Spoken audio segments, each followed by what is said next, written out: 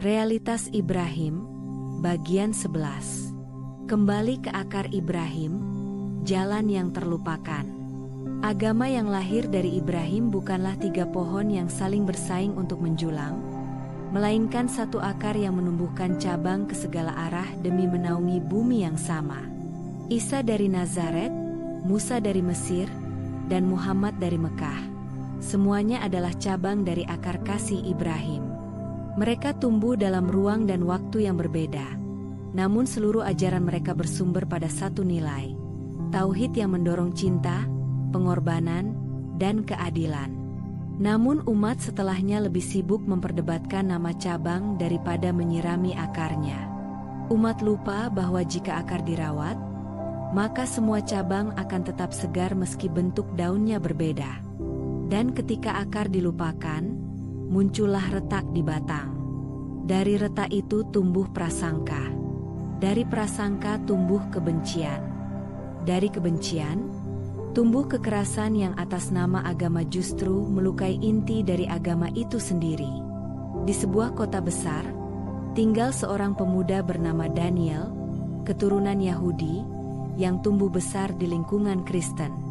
Ia kuliah di jurusan filsafat dan kerap berdiskusi dengan teman-temannya yang Muslim. Suatu hari, dalam sebuah seminar, seorang peserta menuduhnya tidak memiliki Tuhan yang sama. Ia dituduh kafir, dianggap musuh, dan direndahkan di depan umum. Daniel tidak marah. Ia hanya bertanya dengan lembut, "Bukankah Ibrahim adalah bapak dari semua orang beriman? Lalu mengapa anak-anaknya saling menuduh sesat?" Pertanyaan itu membekas di ruang seminar. Beberapa tertunduk, beberapa mulai berpikir ulang. Karena memang begitu banyak manusia yang hanya mengenal agamanya sebagai identitas, bukan sebagai jalan cinta yang menyambung ke akar ketulusan Ibrahim. Daniel tidak menyalahkan orang yang mencacinya. Ia paham bahwa sebagian besar manusia tidak diajari mengenal agama secara jernih. Di sekolah, agama diajarkan sebagai pembeda. Di mimbar, agama disampaikan sebagai perlombaan klaim kebenaran. Padahal, jika kita membaca lembaran-lembaran awal dari ajaran Musa, Isa, dan Muhammad, kita akan menemukan nada yang sama, tentang menyayangi sesama, tentang berbuat adil meski kepada musuh, tentang menghidupkan hati yang kering. Tapi pesan-pesan itu kini tenggelam di antara syariat yang dikeringkan dari ruhnya. Dan manusia lebih mudah terpecah karena mereka lebih menyukai simbol daripada substansi. Mereka lebih mencintai gelar agama daripada nilai-nilai yang dibawa Ibrahim, yaitu kelembutan, keberanian, dan kepasrahan penuh kepada Tuhan. Di desa kecil bernama Parang, seorang kiai tua bernama Mbah Hasan selalu memulai pengajiannya bukan dengan membacakan kitab, tapi dengan bertanya, "Apa yang membuat kalian datang ke sini? Ingin dapat pahala, atau ingin jadi manusia?" Murid-muridnya tertawa kecil. Tapi mereka tahu bahwa di balik tanya itu ada pesan mendalam. Suatu hari, seorang warga desa yang beragama Kristen datang ke rumah Mbah Hasan. Anaknya sakit dan tak kunjung sembuh. Semua orang di desa memandang sinis. Tapi Mbah Hasan menyambut tamu itu dengan tangan terbuka. Ia berkata, "Kami mungkin berbeda tempat ibadah, tapi Tuhan kita tak pernah menutup pintu untuk siapapun yang butuh pertolongan." Ia memanggil tabib desa, mencarikan obat, bahkan menemaninya ke rumah sakit. Ketika anak itu sembuh, sang ayah berkata, "Saya tidak tahu banyak tentang Islam. Tapi kalau seperti ini cara Islam hidup, maka saya percaya bahwa kita semua datang dari sumber yang sama." Begitulah cara Ibrahim mengajarkan iman. Ia tidak berdebat soal gelar kenabian. Ia tidak sibuk mengkafirkan orang yang berbeda jalan. Ia menghancurkan berhala bukan karena kebencian pada patung, tapi karena cinta pada keesaan yang membebaskan manusia dari segala ketundukan palsu. Ia mencari Tuhan bukan dengan dogma, tapi dengan perenungan, pengamatan, dan keberanian untuk meninggalkan keyakinan yang tidak masuk akal. Ia menyambut tamu dari berbagai bangsa. Ia memberi makan musafir. Ia berani berdialog dengan Tuhan, dan ia bahkan memohonkan ampunan untuk kaumnya yang membangkang. Ibrahim bukan hanya kekasih Allah karena namanya, tapi karena kualitas jiwanya yang penuh kasih. Dan kualitas itu seharusnya menjadi warisan semua pengikutnya. Tapi zaman berubah. Kini kita hidup di era di mana agama dijadikan alat kekuasaan. Nama nabi digunakan untuk membungkam, bukan untuk membimbing. Identitas agama dijadikan tembok, bukan jembatan. Anak-anak diajari mencurigai tetangga yang beda keyakinan sebelum diajari bagaimana menjadi manusia yang baik. Umat berlomba membangun masjid termegah, gereja tertinggi, sinagoga terindah, tapi lupa bahwa Ibrahim tidak punya rumah ibadah. Ia hanya punya kemah, tanah lapang, dan langit terbuka tempat ia berbicara dengan Tuhan. Ia tidak meninggalkan sistem. Ia meninggalkan jejak kebaikan yang bisa ditiru siapapun tanpa harus jadi agamawan. Jika Isa hidup hari ini, ia akan menangis melihat orang-orang membunuh atas namanya. Jika Musa hadir di zaman ini, ia akan marah melihat ajarannya dipakai untuk menindas yang lemah. Jika Muhammad berjalan di kota ini, ia akan sedih karena umatnya memusuhi saudaranya sendiri. Semua nabi itu tidak akan bangga melihat klaim-klaim kosong yang dipakai untuk membenarkan kekerasan. Karena mereka semua berdiri di atas akar yang sama, akar Ibrahim. Akar dari manusia yang siap mengorbankan anaknya, bukan karena kebengisan, tapi karena ketaatan pada sesuatu yang lebih tinggi dari dirinya. Kita bisa berbeda dalam bentuk, tapi jangan pernah putus dari akar. Kita bisa menyebut Tuhan dengan nama yang beragam, tapi jangan lupa bahwa hakikatnya tetap satu, yang Maha Kasih, Maha Bijaksana, dan Maha Adil. Dan jika semua anak Ibrahim kembali ke akar kualitas itu, maka tidak akan ada lagi pertumpahan darah. Tidak akan ada lagi dinding kebencian. Tidak akan ada lagi perpecahan yang sia-sia. Karena kita akan kembali saling mengenali, bukan sebagai musuh, tapi sebagai saudara dalam satu pohon besar yang sama. Pohon cinta yang ditanam oleh Ibrahim. Ada satu pertanyaan yang terlalu lama diabaikan dalam perjalanan beragama. Untuk siapa sebenarnya semua ini?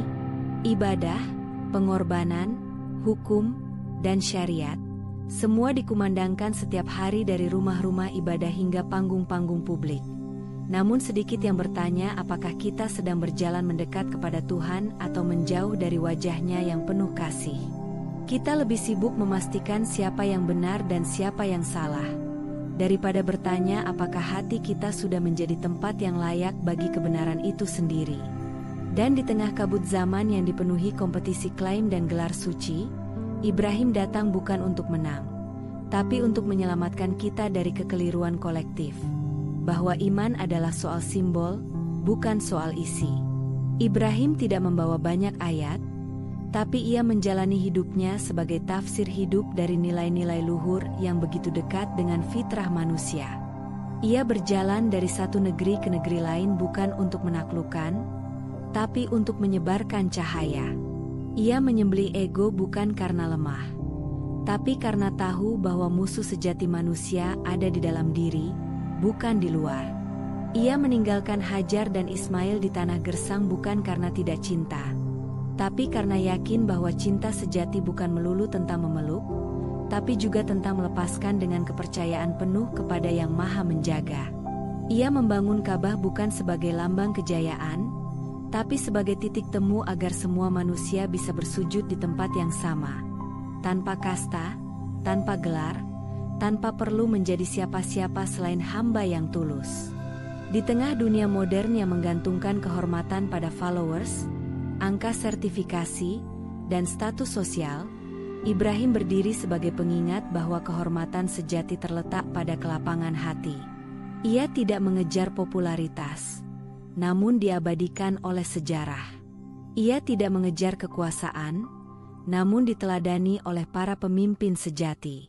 Karena sesungguhnya, jalan Ibrahim adalah jalan yang sunyi.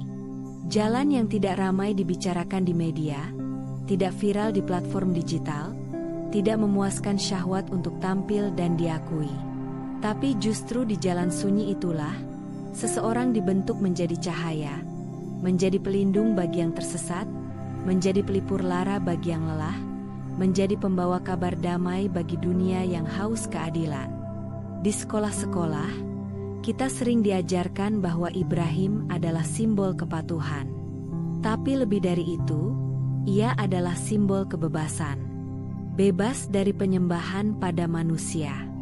Bebas dari sistem yang membekukan nurani. Bebas dari ilusi bahwa Tuhan hanya bisa didekati dengan ritual tertentu. Ibrahim mengajarkan bahwa yang paling penting bukan banyaknya amalan, tapi kedalaman makna di balik setiap amal. Bukan seberapa sempurna bacaan, tapi seberapa ikhlas gerakannya. Bukan seberapa keras suaranya saat berdakwah, tapi seberapa lembut hatinya saat menghadapi yang berbeda pandangan.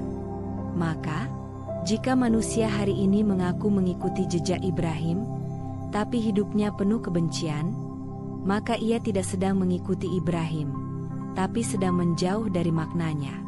Ada seorang anak muda bernama Jati yang terlahir dari keluarga Muslim, tumbuh dalam komunitas yang aktif dalam dakwah, namun suatu hari mempertanyakan semua ajaran yang ia terima. Ia tidak sedang membangkang, tapi sedang mencari. Ia tidak langsung menerima setiap ayat yang dikutip, karena ia ingin memahami bukan hanya isinya, tapi semangat di baliknya. Ia menolak taklid buta dan memilih untuk membaca, mendengar, dan merasakan sendiri kebenaran itu dalam hidupnya. Awalnya ia dicaci, dituduh sesat, bahkan dianggap murtad oleh orang-orang yang dulu memujinya. Tapi Jati tetap tenang. Ia tidak melawan dengan debat, tidak menyerang balik dengan ayat. Ia hanya berjalan dalam keheningan, menolong siapa saja yang membutuhkan, mendampingi anak-anak jalanan, menyelamatkan binatang yang terluka, dan menyapa setiap tetangga dengan senyum yang sama. Ia tidak menyebut diri beriman, tapi hatinya dipenuhi cinta.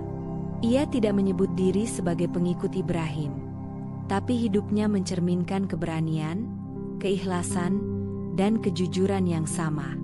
Dan ketika suatu hari seseorang bertanya, "Kamu agama apa sih sebenarnya?" Jati menjawab, "Saya sedang belajar menjadi manusia." Jawaban itu tidak viral, tidak jadi khutbah, tidak masuk dalam kurikulum pelajaran agama. Tapi justru dari sanalah terang datang. Dari kesederhanaan, dari kejujuran, dari keberanian menjadi manusia sebelum menjadi umat. Karena memang begitulah pesan tertinggi dari realitas Ibrahim, bahwa iman bukan untuk membuatmu merasa lebih tinggi dari orang lain, tapi untuk membuatmu cukup rendah hati untuk memeluk siapapun, bahkan mereka yang pernah kamu anggap salah. Bahwa tauhid bukan untuk membangun tembok antara keyakinan, tapi untuk mengalirkan cinta tanpa sekat pada siapa saja yang butuh pertolongan. Bahwa kesalehan bukan untuk dipamerkan, tapi untuk dijalani dalam keheningan yang membumi. Maka, inilah saatnya manusia kembali ke akar. Bukan sekadar membanggakan sejarah Ibrahim, tapi menghadirkan jiwanya dalam perilaku sehari-hari. Bukan hanya membaca kisahnya dalam kitab, tapi menulis ulang kisahnya dalam tindakan. Bukan sekadar menjadikannya tokoh panutan, tapi menjadikannya cermin untuk bertanya, sudah seberapa jauh kita dari kejujuran yang ia bawa? Sudah seberapa besar cinta yang kita tebarkan seperti yang ia teladankan? Dan sudah seberapa ikhlas kita menyerahkan hidup ini kepada Yang Maha Esa, tanpa perlu takut kehilangan apapun? Karena realitas Ibrahim bukan hanya tentang masa lalu. Ia adalah kemungkinan masa depan. Ia adalah jalan pulang bagi hati yang lelah dibohongi simbol. Ia adalah pelukan hangat bagi jiwa yang terluka oleh dogma. Ia adalah bukti bahwa manusia bisa menjadi sahabat Tuhan bukan karena darah keturunan, bukan karena nama besar, tapi karena satu hal, kualitas hati. Dan ketika dunia ini dipenuhi lagi oleh manusia-manusia yang hidup seperti Ibrahim, maka agama tak lagi jadi bahan bakar perang. Ia jadi sumber air yang menyuburkan bumi. Ia jadi jembatan yang menyatukan yang berbeda. Ia jadi cahaya yang tak pernah padam, bahkan saat semua mimbar kehilangan nyalanya. Itulah realitas Ibrahim, bukan sekadar cerita, tapi cermin. Bukan sekadar simbol, tapi jalan. Bukan sekadar nama, tapi napas hidup yang seharusnya kita warisi hari ini, besok, dan selamanya.